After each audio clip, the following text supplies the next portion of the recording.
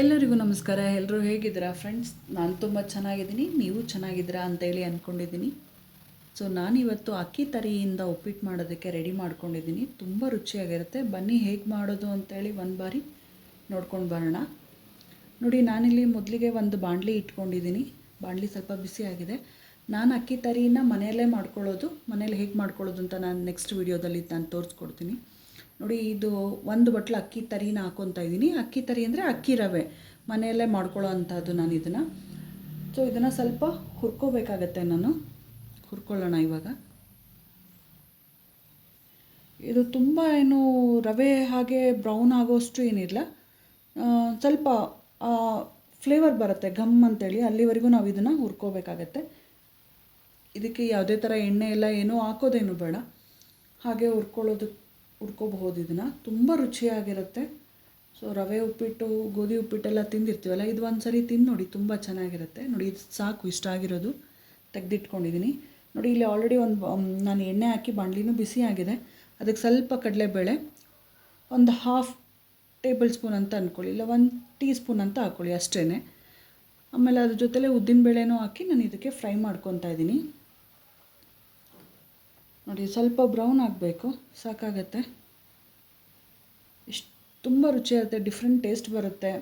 ರವೆ ಉಪ್ಪಿಟ್ಟು ತಿನ್ನೋದಕ್ಕಿಂತ ಈ ಉಪ್ಪಿಟ್ಟು ಒಂದು ಸರಿ ತಿಂದರೂ ಚೆನ್ನಾಗಿರುತ್ತೆ. ನೋಡಿ, ಇದು ಕಡಲೆಬೇಳೆ ಉದ್ದಿನಬೇಳೆ ಸಾಕಾಗಿರೋದು. ಅದಕ್ಕೆ ನಾನು ಇವಾಗ ಸಾಸಿವೆ ಹಾಕ್ಕೊತಾ ಇದ್ದೀನಿ. ಜೊತೆಗೆ ಕರಿಬೇವು, ಹಸಿಮೆಣ್ಸಿನ್ಕಾಯಿ ಮತ್ತು ಕರಿಬೇವನ್ನು ಕೂಡ ಈಗ ಸೇರಿಸ್ಕೊತಾ ಇದ್ದೀನಿ. ನೋಡಿ, ಜೊತೆಯಲ್ಲಿ ಹಿಂಗು ಸ್ವಲ್ಪ ರುಚಿ ಇರುತ್ತೆ, ಜೀರ್ಣನೂ ಆಗುತ್ತೆ. ಸೊ ಎಲ್ಲ ಸ್ವಲ್ಪ ಒಟ್ಟಿಗೆ ಹುರ್ಕೊಳ್ಳೋಣ. ಇಷ್ಟು ಸಾಕು. ಇವಾಗ ಇದಕ್ಕೆ ಮೀಡಿಯಮ್ ಸೈಜ್ ಚಿಕ್ಕದು 2 ಈರುಳ್ಳಿ ಕಟ್ ಮಾಡಿ ಇಟ್ಕೊಂಡಿದ್ದೀನಿ. ನಾನು ತುಂಬ ಚಿಕ್ಕದಿತ್ತು, ಹಾಗಾಗಿ 2 ತೊಗೊಂಡಿದ್ದೀನಿ. ಮೀಡಿಯಮ್ ದೊಡ್ಡದಾದರೆ ಒಂದೇ ಸಾಕಾಗತ್ತೆ ಈರುಳ್ಳಿ. ನಾನಿವತ್ತು ಇಲ್ಲಿ 4 ಜನಕ್ಕಾಗೋಷ್ಟು ಮಾಡ್ತಾಯಿದ್ದೀನಿ. ನೋಡಿ, ಎಷ್ಟು ಚೆನ್ನಾಗಾಗಿದೆ. ಸ್ವಲ್ಪ ಬ್ರೌನ್ ಆಗೋವರೆಗೂ ನಾವು ಹುರ್ಕೋಬೇಕಾಗತ್ತೆ. ಇದಕ್ಕೆ 1 ಟೊಮೆಟೊ, ಮೀಡಿಯಮ್ ಸೈಜ್ದು 1 ಟೊಮೆಟೊ ಆ್ಯಡ್ ಮಾಡ್ಕೊಳ್ಳೋಣ. ಸಣ್ಣದಾಗಿ ಕಟ್ ಮಾಡ್ಕೊಂಡಿರೋದನ್ನ ಒಂದು ಸರಿ ಸೇರಿಸ್ಕೊಳ್ಳಿ. ನೋಡಿ, ಇದು ಸ್ವಲ್ಪ ಬೇಯಬೇಕಾಗತ್ತೆ, ಸ್ವಲ್ಪ ಫ್ರೈ ಆಗಲಿ. ಇನ್ನೊಂದು ಸ್ವಲ್ಪ ಫ್ರೈ ಆದರೆ ಚೆನ್ನಾಗಿರುತ್ತೆ.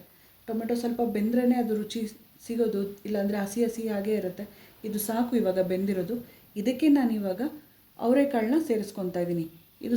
ನಾನು ಇದನ್ನು ಸಪ್ರೇಟ್ ಬೇಯಿಸಿ ಇಟ್ಕೊಂಡಿದ್ದೆ ಅವರೆಕಾಳನ್ನ, ಅದನ್ನು ಇದಕ್ಕೆ ಸೇರಿಸ್ಕೊತಾ ಇದ್ದೀನಿ. ನೋಡಿ, ಇದನ್ನೆಲ್ಲ ಅವರೆಕಾಳು, ಈರುಳ್ಳಿ, ಟೊಮೆಟೊ ಎಲ್ಲ ಒಂದು ಸಾರಿ ಹುರ್ಕೊಂಬಿಡೋಣ, ಚೆನ್ನಾಗಿರುತ್ತೆ. ಇದ್ರ ಜೊತೆಗೆ ನಾನಿವಾಗ ತೆಂಗಿನಕಾಯಿ ತುರಿನ ಸೇರಿಸ್ಕೊತೀನಿ. ಅಂದರೆ ಒಂದು ಅರ್ಧ ಹೋಳಲ್ಲಿ ನಾನು ಅರ್ಧ ಹಾಕ್ಕೊತಾ ಇದ್ದೀನಿ, ಚಿಕ್ಕದು ತೆಂಗಿನಕಾಯಿ ಅರ್ಧ ಹೋಳು, ಅದ್ರಲ್ಲಿ ನಾನು ಇದ್ರಲ್ಲಿ ಅರ್ಧ ಫುಲ್ ಸೇರಿಸ್ಕೊತಾ ಇದ್ದೀನಿ. ಅಕ್ಕಿ ತರಿ ಉಪ್ಪಿಟ್ಟಿಗೆ ತೆಂಗಿನಕಾಯಿ ಸ್ವಲ್ಪ ಜಾಸ್ತಿ ಇದ್ರೇ ರುಚಿ ಇರುತ್ತೆ. ಹಾಗಾಗಿ ನಾನಿಲ್ಲಿ ಅರ್ಧ ಹೋಳಷ್ಟು ತೆಂಗಿನಕಾಯಿನ ಹಾಕ್ಕೊತಾ ಇದ್ದೀನಿ. ನೋಡಿ, ಇದು ಇವಾಗೆಲ್ಲ ಸೇರಿ ಹುರಿದಿದ್ದಾಗಿದೆ. ಇಷ್ಟ ಆದರೆ ಸಾಕಾಗುತ್ತೆ. ಇವಾಗ ನಾನು ಯಾವ ಬಟ್ಲಲ್ಲಿ ಅಕ್ಕಿ ತರಿ ತೊಗೊಂಡಿದ್ನಲ್ಲ, ಅದೇ ಬಟ್ಲಲ್ಲಿ ನೀರು ಹಾಕ್ಕೊತಾ ಇದ್ದೀನಿ. ನಾನಿಲ್ಲಿ 2.5 ಕಪ್ ನೀರು ಹಾಕ್ಕೊತೀನಿ. ಕೆಲವೊಂದು ಅಕ್ಕಿ ತರಿಗೆ 3-3.5 ಬೇಕಾಗುತ್ತೆ. ಇವತ್ತು ನಾನು ಮಾಡ್ತಾರೆ ಈ ಅಕ್ಕಿ ತರಿ ಅಷ್ಟು ನೀರು ತೊಗೊಳ್ಳಲ್ಲ, ಹಾಗಾಗಿ ನಾನಿದು 2.5 ಅಷ್ಟು ಹಾಕ್ಕೊತಾ ಇದ್ದೀನಿ. ನೀವು ಮನೆಯಲ್ಲಿ ನೀವು ಅಕ್ಕಿ ತರಿ ನೋಡಿಕೊಂಡು ನೀರು ಹಾಕ್ಕೋಬೇಕಾಗತ್ತೆ. ಒಂದೊಂದು ಸರಿ 3-3.5 ತೊಗೊಳುತ್ತೆ. ಇಲ್ಲಿ 2.5 ಅಷ್ಟು ಸಾಕಾಗಿದೆ. ನೋಡಿ, ಇದಕ್ಕೆ ಇವಾಗ ನೀರು ಹಾಕಿದಾಯ್ತಲ್ಲ, ಇದಕ್ಕೆ ರುಚಿಗಷ್ಟು ಉಪ್ಪು ಕೂಡ ನಾನು ಸೇರಿಸ್ಕೊತೀನಿ. ಎಲ್ಲ ಒಟ್ಟಿಗೆ ಒಂದು ಸಾರಿ ಮಿಕ್ಸ್ ಮಾಡ್ಕೊಂಬಿಡೋಣ. ಅಕ್ಕಿ ತರಿ ಇತ್ತು ಅಂದರೆ ಮನೆಯಲ್ಲಿ ಬೇಗನೆ ಆಗುತ್ತೆ, ಒಂದು 15 ನಿಮಿಷದಲ್ಲಿ ಟಿಫನ್ ರೆಡಿ ಆಗೋಗುತ್ತೆ ಇದು. ನೋಡಿ, ಇವಾಗ ನೀರು ಉಪ್ಪು ಎಲ್ಲ ಹಾಕಿದಾಗಿದೆ. ಲಾಸ್ಟಲ್ಲಿ ಇವಾಗ ಒಂದು ಸ್ವಲ್ಪ ಕೊತ್ತಂಬರಿ ಸೊಪ್ಪು ಹಾಕಿ ಇದನ್ನು ಸ್ವಲ್ಪ ಕುದಿಯೋದಕ್ಕೆ ಬಿಡಬೇಕಾಗತ್ತೆ. ನಾವು ರವೆ ಉಪ್ಪಿಟ್ಟಾದರೆ ಕುದ್ದಿದ ತಕ್ಷಣ ಹಾಕ್ತೀವಲ್ಲ, ಇದೊಂದು ಸ್ವಲ್ಪ ಕುದಿಬೇಕು. ನೀರು ಸ್ವಲ್ಪ ಜಾಸ್ತಿನೇ ಕುದಿ ಬಂದಮೇಲೆ ನಾವು ಅಕ್ಕಿ ಹೇಗೆ ಹಾಕ್ತೀವಲ್ಲ ಅದೇ ಥರನೇ ಇದನ್ನು ನಾನು ಹಾಕ್ಕೊಳ್ಳೋದು. ನೋಡಿ, ಇದು ಚೆನ್ನಾಗಿ ಕುದೀತಾ ಇದೆ. ಇವಾಗ ನಾನು ಅಕ್ಕಿ ತರಿ ಹುರಿದಿಟ್ಟಿರೋದು ಏನಿತ್ತಲ್ಲ ಆ ತರಿ ಇದರೊಳಗಡೆಗೆ ಈಗ ಸೇರಿಸ್ಕೊತೀನಿ. ನೋಡಿ, ಆ ತರಿ ಫುಲ್ಲು ರವೆ ಎಲ್ಲ ಹಾಕಾದ್ಮೇಲೆ ನಾನು ಇದನ್ನು ಮಿಕ್ಸ್ ಮಾಡ್ಕೊತಾ ಇದ್ದೀನಿ.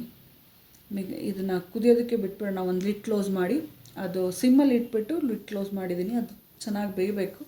ನೋಡಿ, ಮಧ್ಯ ಇದನ್ನು ತಿರ್ಕೋಬೇಕಾಗತ್ತೆ 1-2 ಸರಿನಾದರೂ, ಇಲ್ಲಾಂದರೆ ಅಕ್ಕಿದೆಲ್ಲ ತಳ ಹಿಡಿದು ಬಿಡುತ್ತೆ.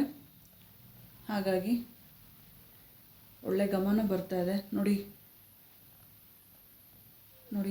ಇಷ್ಟಾದರೆ ಸಾಕಾಗುತ್ತೆ, ತುಂಬ ಗಟ್ಟಿನೂ ಬೇಡ. ಇದು ಆರಿದ ಮೇಲೆ ಗಟ್ಟಿ ಬರುತ್ತೆ, ಹಾಗಾಗಿ ಸ್ವಲ್ಪ ತೆಳ ಇದ್ದ ಹಾಗೆ ನಾವು ಇದನ್ನು ಸ್ಟವ್ ಆಫ್ ಮಾಡ್ಕೋಬೇಕಾಗತ್ತೆ. ನೋಡಿದ್ರಲ್ಲ ಫ್ರೆಂಡ್ಸ್, ಇಷ್ಟೇ ಅಕ್ಕಿ ತರಿ ಉಪ್ಪಿಟ್ಟು ರೆಡಿಯಾಗಿದೆ. ನೀವು ನಿಮ್ಮ ಮನೆಯಲ್ಲಿ ಒಂದ್ಸರಿ ಟ್ರೈ ಮಾಡಿ, ಚಳಿಗಾಲದಲ್ಲಿ ತುಂಬ ಚೆನ್ನಾಗಿರುತ್ತೆ. ಹೇಗೆ ಬಂತು ಅಂತೇಳಿ ನನಗೆ ಕಮೆಂಟ್ ಸೆಕ್ಷನಲ್ಲಿ ತಿಳಿಸೋದನ್ನು ಮಾತ್ರ ಮರಿಬೇಡಿ. ನೋಡಿದ್ರಲ್ಲ, ಬೇಗ ಬೇಗ ಆಯಿತು. ಇಷ್ಟು ತೆಳ ಆದರೆ ಸಾಕು, ಇನ್ನು ಅದು ಗಟ್ಟಿ ಆಗಿಬಿಟ್ರೆ ತುಂಬ ಗಟ್ಟಿ ಆಗಿಬಿಡತ್ತೆ. ಅದಕ್ಕೆ ಆಫ್ ಮಾಡಿದ್ರೆ ಸಾಕಾಗತ್ತೆ. ಸೊ ಯಾರೆಲ್ಲ ನನ್ನ ವಿಡಿಯೋ ನೋಡಿದ್ರು ಅವರಿಗೆಲ್ಲ ತುಂಬ ಹೃದಯದ ಧನ್ಯವಾದಗಳು. Thank you friends.